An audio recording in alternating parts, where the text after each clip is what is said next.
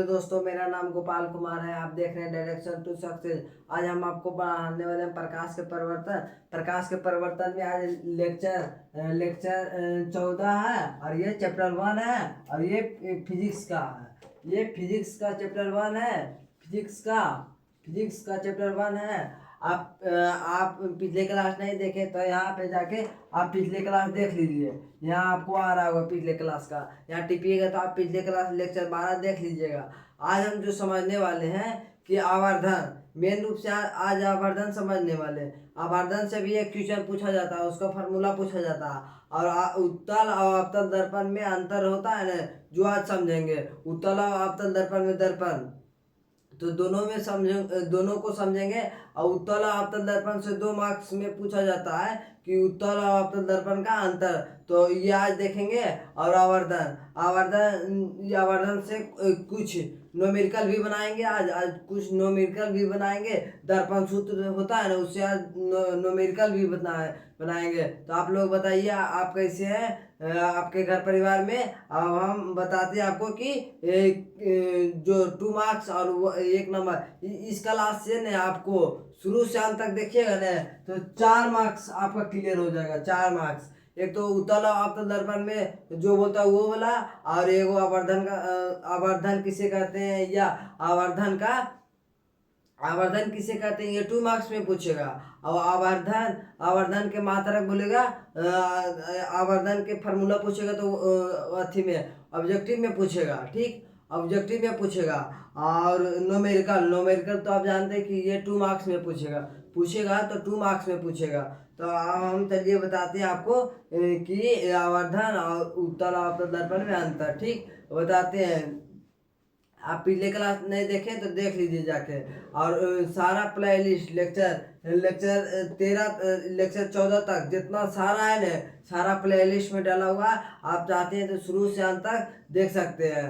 आप शुरू से अंत तक वीडियो देखिएगा ना, आपको हम बोल रहे हैं कि 4 मार्क्स क्लियर हो जाएगा इस वीडियो से। आपको आधा घंटा के वीडियो से 4 मार्क्स क्लियर हो जाता है। समझ रहे हैं ना कि कितना VVI क्लास है। हम हर चीज़ बता देते हैं, क्योंकि हम क्लास अब 11th में गए और 10th से 11 में गए, तो हमको पता है कि 10th में क्या पूछता है। और हमको सर बताएं कि क्या क्या पूछता है, हम वही आपको बताते हैं कि क्या क्या पूछता है। और हम एक वीडियो ये भी लाएंगे ना कि हम कहाँ से पढ़े थे और आप कहाँ से पढ़ रहे हैं।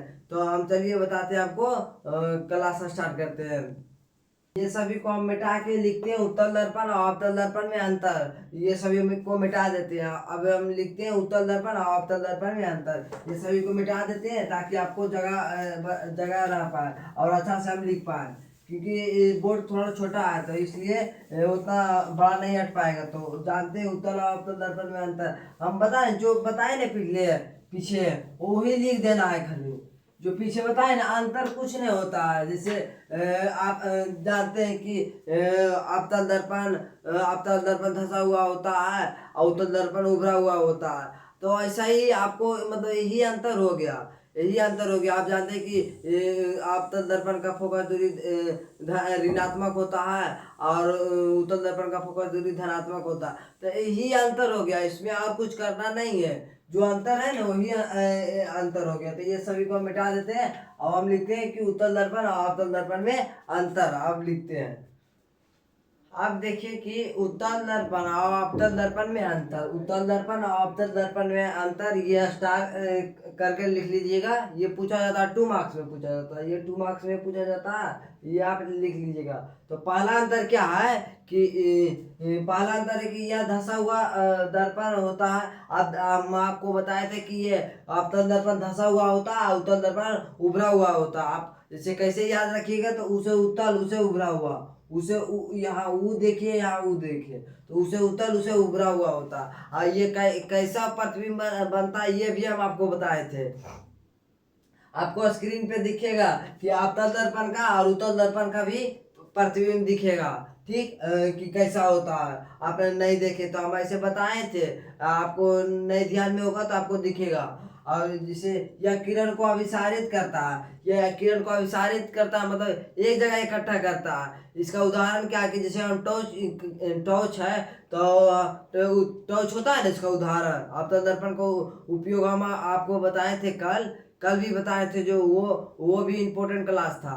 तो बताए थे उसमें कि टॉर्च है, तो टॉर्च एक जगह हम मारते थे एक ही जगह जाता है कि नहीं, जैसे हम जहाँ मारते हैं उतने दूर दिखाई देता है। टॉर्च हो गया, ऐसे टॉर्च हो गया। और जैसे सौर कुकर का उदाहरण दिए थे, टॉर्च। जैसे डॉक्टर है तो डॉक्टर इसका उपयोग करता है कि नहीं, डॉक्टर देखते हैं कि नहीं देखता जैसे दांत है, दांत में कोई चीज़ खराबी है तो लेंस से देखता है ना कि दांत में क्या है, वो बड़ा प्रतिबिंब बना देता है। तो हम आपको बताए थे कि देखिए अभिसारित का मतलब क्या होता है ना, अभिसारित का मतलब एक जगह इकट्ठा होना, मतलब जैसे प्रकाश प्रकाश मतलब लाइट एक जगह इकट्ठा होना, एक जगह जैसे जितना दूर मारेंगे ना उतने दूर दिखाई देगा। तो ये हो गया ये मतलब यह अभिसारित का मतलब वही हो गया, हम बहुत बार बता भी चुके हैं। यह वस्तु का वास्तविक एवं काल्पनिक दोनों प्रतिबिंब बनाता है। आप जानते हैं कि ये वस्तु का काल्पनिक एवं वास्तविक दोनों प्रतिबिंब बनाता है। आपतन दर्पण एक ऐसा दर्पण है जो वास्तविक भी है काल्पनिक भी, बड़ा छोटा सब तरह का यह प्रतिबिंब बनाता है। अब देखिए उत्तल दर्पण में यह उभरा हुआ होता है, ये धंसा हुआ होता है, ये देखिए ये धंसा हुआ होता है, ये उभरा हुआ होता है। हम आपको बताएं कि आपको कैसे याद रखना उभरा हुआ, तो ये उसे उत्तल उसे उभरा हुआ। और यह किरण को अभिसारित करता है और यह किरण को अपसारित कर देता है। मतलब ये अपसारित मतलब क्या हुआ, फैला देना, फैला देना। यह किरण को फैला देता है, ठीक। जैसे हम आपको बताए थे कि अथी स्ट्रीट लाइट में जहाँ बल्ब जहाँ सड़क पे देखते हैं, सड़क पे जो लाइट लगा हुआ रहता देखते हैं कि जैसे ये सड़क है, सड़क पे देखेंगे देखते होंगे, ये हाईवा पे देखते होंगे कि लाइट लगा हुआ रहता है और बहुत दूर उसका उजाला जाता है, उजाला कितना दूर जाता है, तो वही हुआ उत्तल दर्पण का। तो यह किरण को अभिसारित कर देता, मतलब फैला देता है जरीसुर और दिखेगा बहुत बड़ा में से। अवतल दर्पण में क्या है कि जितना दूर लाइट मारेंगे उतने दूर दिखेगा, और इसमें उत्तल दर्पण में क्या है कि जितना दूर मारेंगे ना उससे और ज्यादा दिखेगा। यह काल्पनिक प्रतिबिंब बनाता है, यह सिर्फ काल्पनिक प्रतिबिंब बनाता है, ये काल्पनिक और वास्तविक दोनों प्रतिबिंब बनाता है। ये तीन आप एग्जाम में ये तीन लिख लीजिएगा ना, ऐसे तो बहुत सारा बताएं, आप तीन लिख लीजिएगा, नहीं तो इससे और आगे कि इसका उपयोग हम डॉक्टर में करते हैं, इसका उपयोग डॉक्टर करते हैं, और इसका उपयोग हम स्ट्रीट लाइट में करते हैं, ऐसे करके बहुत सारा लिख सकते हैं। ऐसे मेनली रूप से आपको 4 गो लिखना, जब 2 मार्क्स में पूछेगा ना, ऐसे तो 2 मार्क्स में ये पूछता है, तो आपको 2 मार्क्स में पूछेगा ना तो चार लाइन इसको लिख देना, 4 टॉपिक, जैसे एक ये हुआ, एक ये हुआ, एक ये हुआ, तो 4 अंतर लिख देना दोनों में, 4 अंतर। तो यही हो गया। जैसे मतलब अंतर मतलब क्या समझे कि मान लीजिए कि कोई आदमी है तो जैसे हम में और उसमें क्या डिफरेंट है, मतलब अलग है। जैसे मान लीजिए कि हम काला है वो गोरा है, तो ये अंतर हुआ, वो मोटा है हम पतला है, तो ये अंतर हुआ, समझ गए ना, तो इसी को बोलते हैं अंतर। और ये अंतर कुछ होता नहीं है, अंतर है जो बताए यही वाला होता है। तो अब हम बताते हैं कि आवर्धन का परिभाषा बताते हैं। आवर्धन जो 2 मार्क्स में पूछा जाता है, और इसका अथी ऑब्जेक्टिव भी पूछा जाता है, इस पर न्यूमेरिकल करेंगे।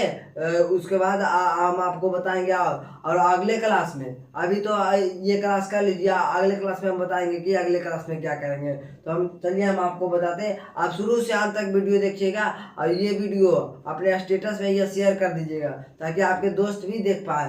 तो हम आपको बताते हैं अब कि क्या कैसे। अब देखिए कि आवर्धन जिसके बारे में हम बात कर रहे थे, आवर्धन क्या है, आवर्धन का परिभाषा देखिए। आवर्धन वह मान है जो दर्शाता है कि वस्तु का प्रतिबिंब वस्तु का प्रतिबिंब की अपेक्षा छोटा या बड़ा है। तो जैसे आवर्धन यह बताता है ना कि कोई भी प्रतिबिंब बड़ा या छोटा ही बताता है प्रतिबिंब से। कोई ना में देखिएगा कि बड़ा प्रतिबिंब बनाता, कोई ना में छोटा प्रतिबिंब बनाता है। यही दिखाता है ये आवर्धन का यही होता है कि आवर्धन वह मान है, आवर्धन वह मान है जो दर्शाता है कि वस्तु का प्रतिबिंब वस्तु की अपेक्षा कितना छोटा। से वस्तु का प्रतिबिंब मतलब जैसे मेरा प्रतिबिंब, वस्तु मतलब जैसे मान लीजिए कोई चीज भी, कुछ भी, दुनिया के कोई चीज भी वस्तु है, वस्तु है। जैसे हम वस्तु है, मान लीजिए हम वस्तु है, तो मेरा प्रतिबिंब देखिए, मेरा प्रतिबिंब वस्तु से जैसे मेरा चेहरा से कितना बड़ा है या छोटा है, ये मेरा चेहरा से कितना बड़ा है या छोटा है, यही दर्शाता है आवर्धन। आवर्धन का यही दर्शाता है कि आवर्धन वह मान है जो बताता है कि वस्तु का प्रतिबिंब वस्तु से कितना बड़ा है या छोटा है, मतलब वस्तु का प्रतिबिंब से मेरा प्रतिबिंब यह बताता है ना कि हमसे मेरा मुंह से कितना बड़ा है या छोटा है। तो अब देखिए अब इसका सेकेंड परिभाषा देखते हैं। वो सेकेंड परिभाषा है जो फार्मूला क्रिएट करता है, मतलब फार्मूला बताता। आप ऐसे भी लिख सकते हैं, ये है तो ये भी लिख सकते हैं, ये भी है, ये भी लिख सकते हैं कि आवर्धन वह मान है जो दर्शाता है कि वस्तु का प्रतिबिंब वस्तु से कितना बड़ा है या छोटा है। अब वस्तु का प्रतिबिंब कितना बड़ा है या छोटा है, तो आप ये लिखिए, ये भी लिखिए, और दूसरा लिखा रहे हैं वो भी लिखिए। मतलब वस्तु का प्रतिबिंब देखिए, वस्तु का प्रतिबिंब आप ही से माने कि वस्तु का प्रतिबिंब क्या हुआ, से मेरा प्रतिबिंब है। वस्तु मतलब आप मान लीजिए, आप जैसे आप है तो आपका कॉपी भी वस्तु है, कलम भी वस्तु है, मोबाइल भी वस्तु है। आप देख रहे जितना चीज देख रहे दुनिया में सब चीज वस्तु है। वस्तु का प्रतिबिंब जैसे ये वस्तु है तो ये वस्तु का प्रतिबिंब वस्तु से कितना बड़ा है या छोटा है, ये दर्शाता। जैसे आईना में हम देखें, आईना में इसको देखें, दर्पण में, आईना को ही दर्पण बोलते हैं। तो आईना में इसको देखें तो देखें कि ये कितना बड़ा है या छोटा है। जैसे आईना में इसको हम दिखाते हैं, ये आईना, ठीक, ये आईना है तो देखिए ये आईना है, ठीक, ये आईना है तो ये दिखा रहा है कि कितना बड़ा है ये छोटा है। तो देखिए ये दिखा रहा है कि कितना बड़ा है या छोटा है ये वस्तु, तो यही दिखाता। और दूसरा परिभाषा है जो भी लिखते हैं उससे और समझ में आ जाएगा। तो ये भी याद कर सकते हैं, ये है ना जो ये भी मतलब आवर्धन देखिए कोई चीज़ का फार्मूला आप अपने से बनाने की कोशिश कीजिए। आप अपने से जो जिसे हम समझाते हैं ना उसको आप गौर से सुनिएगा तो आप अपने परिभाषा बना लीजिएगा। अब देखिए हम बताते हैं दूसरा परिभाषा भी हम उससे फार्मूला क्रिएट होता है। अब हम बताते हैं आपको। अब देखिए कि आवर्धन का दूसरा फार्मूला, ये सेकेंड फार्मूला है कि बोला कि प्रतिबिंब की ऊंचाई, मान लीजिए कि प्रतिबिंब की ऊंचाई एच डैश मान लेते हैं, एच डैश यहाँ इसको प्रतिबिंब की ऊंचाई एच डैश, आप वस्तु की ऊंचाई एच मान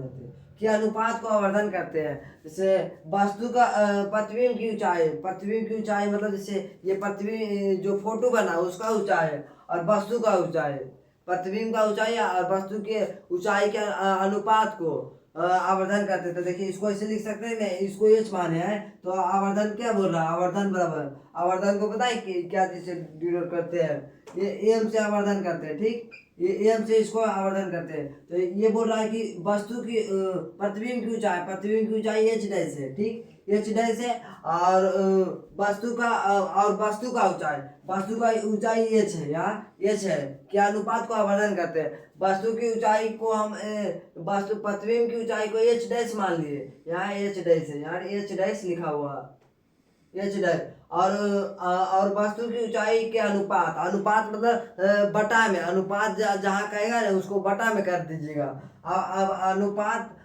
इसको ये अनुपात हो गया को आवर्धन करते हो। तो वस्तु की ऊंचाई यहाँ लिखा हुआ और यहाँ प्रतिबिंब की ऊंचाई है और ये दोनों बटा में है, तो आवर्धन का यही फार्मूला हो गया। यही एक 1 मार्क्स में पूछा जाता है कि आवर्धन का फार्मूला क्या होता है। तो आप ऐसे इसको ऐसे भी लिख सकते हैं, कि प्रतिबिंब की ऊंचाई जानते कि यू होता है, और इसको ऐसे भी ये फार्मूला भी लिख सकते हैं, ठीक, जैसे पृथ्वी की ऊंचाई आप जानते हैं कि पृथ्वी की ऊंचाई कहते हैं तो भी होता है, आपको पिछले क्लास में हम बता दिए हैं। और वस्तु की ऊंचाई को यू कहते हैं, यू भी कहते हैं, वस्तु की ऊंचाई को यू भी कहते हैं। तो आप ये मेनली ये फार्मूला याद रखिएगा, ये तो याद रखिएगा ये वाला, मेनली ये वाला पूछा जाता है कि आवर्धन का सूत्र क्या होता है, तो -u/v/u होता है। आपको ये ध्यान रखना है। तो आप समझ लीजिए कि पिछले क्लास में 2 मार्क्स, ये 2 मार्क्स और ये 1 मार्क्स, मतलब 5 मार्क्स का हम आपको बता चुके हैं। इस क्लास से हम 5 मार्क्स का बता चुके हैं। अब हम देखिए न्यूमेरिकल करते हैं, कुछ न्यूमेरिकल करते हैं ना, इसलिए अब दर्पण न्यूमेरिकल पे हम कल से आएंगे मेन रूप से। आज बता देते हैं, आज थोड़ा मौसम खराब है, आज बारिश होने का संभावना है, पटना में बारिश होने का संभावना है, ताकि पूरा बादल हमड़ रहा है। तो देखिए अब हम बताते हैं न्यूमेरिकल बता देंगे ना, तो आपको और अच्छा से समझ में आ जाएगा। अब न्यूमेरिकल पे चलते हैं। अब दर्पण के सूत्र जो बताए थे कि -1/v+1/u/1/f होता है ना, वो उस पे हम कुछ न्यूमेरिकल करवा देते हैं ताकि आपको कोई दिक्कत नहीं हो। चलिए हम आपको न्यूमेरिकल कराते हैं। अब हम आपको कल बताएंगे, क्योंकि आज मौसम खराब है, इसकी वजह से लाइट भी कभी भी कट सकता है, इसीलिए हम आपको कल बताएंगे जितना न्यूमेरिकल है ना, क्लास स्क्रीन रिकॉर्डिंग बताएंगे। अगले क्लास में हम स्क्रीन रिकॉर्डिंग करके बताएंगे, स्क्रीन रिकॉर्डिंग जिसमें हम नहीं दिखेंगे, हाँ हम स्क्रीन पे जितना सारा चीज़ है ना स्क्रीन पे लिखेंगे। तो चलिए मिलते हैं अगले क्लास में, तब तक के लिए थैंक यू, बाय। आज के लिए कैसा लगा क्लास आप कमेंट में कीजिएगा। अब हम मिलते हैं आपको अगले क्लास में, तब तक के लिए बाय, जय हिंद।